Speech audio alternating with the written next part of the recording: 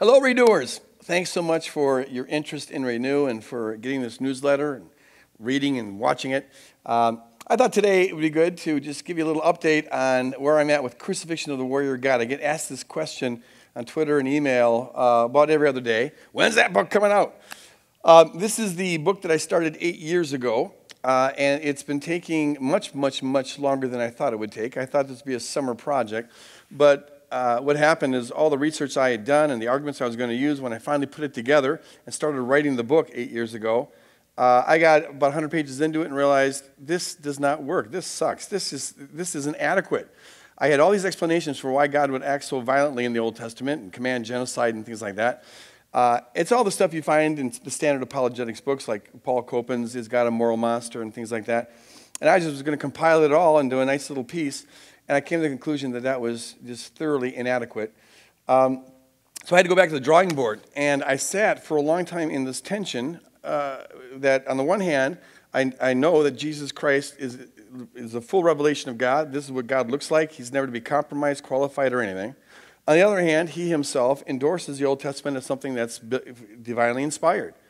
And on the other hand, some of the portraits of God that you find in this Old Testament that's divinely inspired are radically inconsistent with the revelation of God that we get in the crucified Christ. What do you do with this conundrum? Origen tells us, and I've really come to appreciate Origen as a biblical interpreter. He says, when you come to seemingly insurmountable paradoxes, don't get angry or frustrated or anything. Submit yourself to the Holy Spirit and patiently keep on digging. And so I just rested in this tension for quite some time until as I looked at the Old Testament with the full confidence that God is exactly as he's revealed in the crucified Christ. As I read all these violent passages, I had collected them all together, a very, very different approach occurred to me, and that's what this whole book is about. So it's taken so long because it's a new insight that I've really just fleshed out as I've been going through the process. And I am arguing that we can find, there's a way of interpreting all of those passages such that even the most horrendous pictures of God actually point to the revelation of God on Calvary. They don't compete with it, compromise it. They bear witness to it. And they do it the same way God reveals himself on Calvary, where he stoops to take on an appearance that's horrifically ugly, reflecting our sin. That's a little hint of what this is about. So anyways, I'm now finishing up the footnotes. That's been a 2-year thing. It's now 750 pages or so. It's got a gazillion footnotes, because when you're arguing a new case, you got to cross every T and dot every I, and I've had to research everything. And then on top of that, they keep coming out with new books on this topic, so I got to keep up to date. So I just the other day came in contact with another book I got to read, because Paul Copan came out with another book on the genocidal God.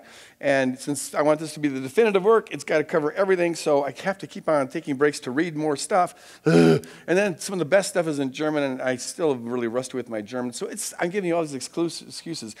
But here's the thing. I really believe I can have this thing done by the end of January. I mean, sent off to the publisher by the end of January. I got some people reading it to give editorial things and critical feedback, but I'm really shooting for that deadline, which means it should come out by next January, and I hope to have a popular version of it out as well that will be without all the footnotes, because most people I know aren't going to read a 750-page academic thing. So anyways, that's just the update. Keep me in prayer that I can stay on task and get this thing done and get out of these interruptions and don't stop being so obsessive about reading every new book that comes out on the topic. At some point, you just got to say, done. God bless you guys. Thanks again for tuning in. See you next month.